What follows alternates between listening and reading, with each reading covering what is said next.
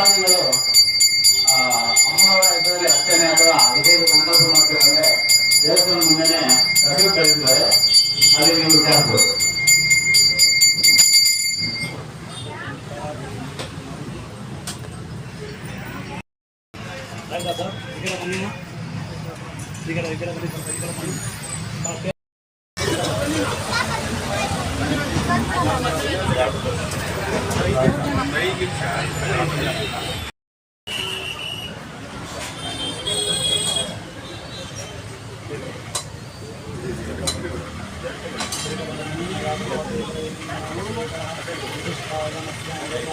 ಜಾಗ ಬಿಡಿ, ಮೊದಲನೇ ಜಾಗ ಬಿಡಿ.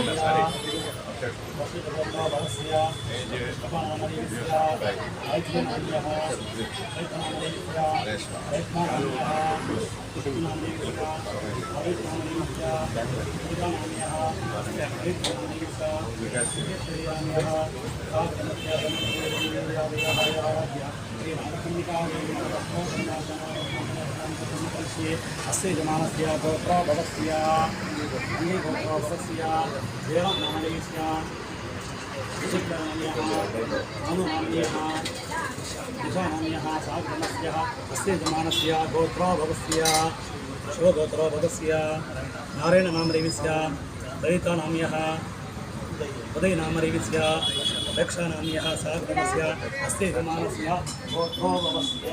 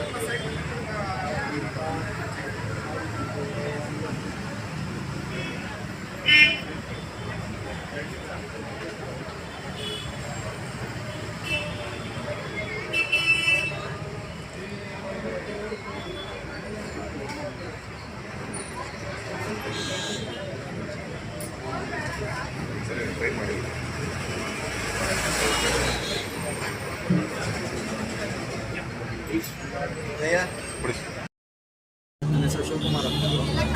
ನಾನು ದೇವಸ್ಥಾನಕ್ಕೆ ಕಾರ್ಯಕರ್ತರು. ಇಲ್ಲಿನ ವಿಶೇಷ ಏನು ಅಂತ ಅಂದರೆ ಈ ನಾಗಕನ್ನಿಕಾ ದೇವಿ ದೇವಸ್ಥಾನ ಇದು ಕುದ್ರಳ್ಳಿಯಲ್ಲಿ ಬರೋದು. ಇಲ್ಲಿನ ವಿಶೇಷ 3 ದಿನ ನಾಗರ ಪಂಚಮಿ ಪ್ರಯುಕ್ತ 3 ದಿನ ಫಂಕ್ಷನ್ ಇರುತ್ತೆ. ಸುಬ್ರಹ್ಮಣ್ಯ ಕಲ್ಯಾಣೋತ್ಸವ, ಹಾಗೂ ನಾಗ ಚತುರ್ಥಿ ಹಾಗೂ ನಾಗ ಚೌತಿ ಈ 3 ದಿನದಲ್ಲಿ ಕಡೆ ದಿನದಲ್ಲಿ ನಾವು ಅಮ್ಮನವ್ರನ್ನ ಮೆರವಣಿಗೆ ಮಾಡಿ ಉತ್ರಳ್ಳಿ ಸುತ್ತಮುತ್ತ ಎಲ್ಲ ಗ್ರಾಮಗಳಲ್ಲಿ ಫುಲ್ಲು ಇದು ಮಾಡ್ತೀವಿ, ಮೆರವಣಿಗೆ ಮಾಡ್ಕೊತೀವಿ. ಮತ್ತು ಇವತ್ತು ಒಂದು 4,000 ಜನಕ್ಕೆ ಅನುದಾನ ಇಟ್ಕೊಂಡಿದ್ವಿ.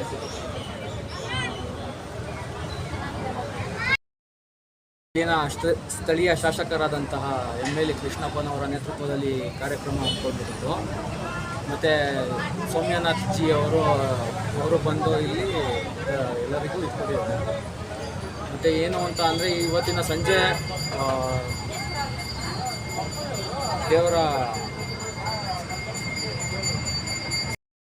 ಇವತ್ತು ಸಂಜೆ ಉತ್ರಳ್ಳಿ ಗ್ರಾಮದಲ್ಲಿ ತಾಯಿಯನ್ನು ಮೆರವಣಿಗೆ ಮುಗಿನ ಪಲ್ಲಕ್ಕಿಯಲ್ಲಿ ಮೆರವಣಿಗೆ ತಗೊಂಡು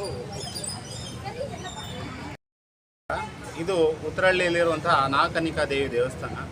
ಪುರಾತನ ಕಾಲ ನಮ್ಮ ತಾತ ಮುತ್ತಾತನ ಕಾಲದಿಂದನೂ ಇಲ್ಲಿ ಸೇವೆ ಮಾಡ್ಕೊಂಡು ಬರ್ತಿದ್ದಾರೆ. ಈಗ ನಾವು ನಮ್ಮ ಗ್ರಾಮಸ್ಥರೆಲ್ಲ ಸೇರಿಕೊಂಡು ಇಲ್ಲಿ ಸೇವೆ ಮಾಡ್ಕೊಂಡು ಬರ್ತಾ ಇದ್ದೀವಿ. ವರ್ಷಕ್ಕೊಂದ್ಸತಿ ನಾಗರ ಪಂಚಮಿ ವಿಶೇಷವಾಗಿರುತ್ತೆ. ಈ ಸತಿ ಸುಬ್ರಹ್ಮಣ್ಯ ಸ್ವಾಮಿ ಕಲ್ಯಾಣೋತ್ಸವ ಮೊದಲನೇ ದಿನ ಆಗಿ ದಿನ ನವಗ್ರಹ ಸೂತ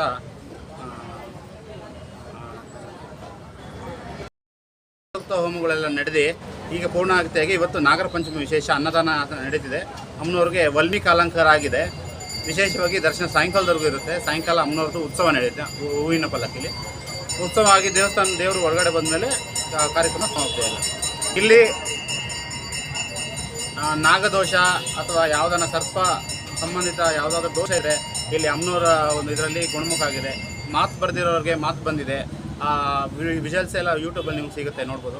ತುಂಬ ಅಪರೂಪವಾಗಿರುವಂತಹ ದೇವಸ್ಥಾನ, ನಾಗಕನ್ಯೆ ದೇವಸ್ಥಾನ ಅಪರೂಪ ನಾವು ನೋಡೋಕ್ಕೆ ಬರೋದು. ಬೇಕಾದರೆ ನಾವು ಏನಾದರೂ ಈ ಹಳ್ಳಿ ಮರದ ಕೆಳಗಡೆ ಅಲ್ಲಿ ನಾವು ಬೇಕಾದ್ರೆ ನೋಡ್ಬೋದು. ಅದಕ್ಕೆ ಪ್ರತ್ಯೇಕವಾಗಿರುವಂಥದ್ದು ಇದೇ ದೇವಸ್ಥಾನದಲ್ಲಿ.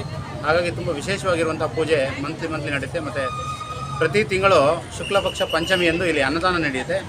ವಿಶೇಷವಾಗಿ ಯಾರೇ ಭಕ್ತರು ಬಂದರೂ ಅವತ್ತು ಅನ್ನದಾನ ಇರುತ್ತೆ.